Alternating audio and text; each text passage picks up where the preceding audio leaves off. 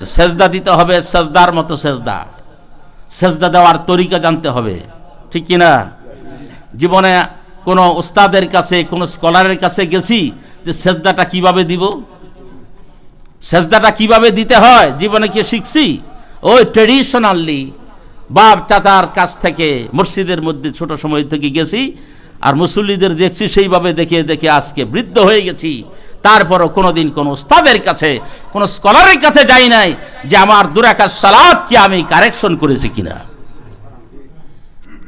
প্রশ্ন আসতে পারে, মানুষ সাহেব আপনি কিভাবে জানলেন সেজদা হয় না? আমি দেখি মাঝে মধ্যে সেজদা যেইভাবে দেওয়া উচিত সেইভাবে হয় না। বলছে কেমনে? সেজদা দিলে দুটি হাত তোমার কপালের পিছনে থাকতে হবে, বেড়ায় কপালের সামনে নিচে গাইভাবে। দেখছেন কিনা আপনারা? তার কপাল মাথায় এখানে, আধা হাত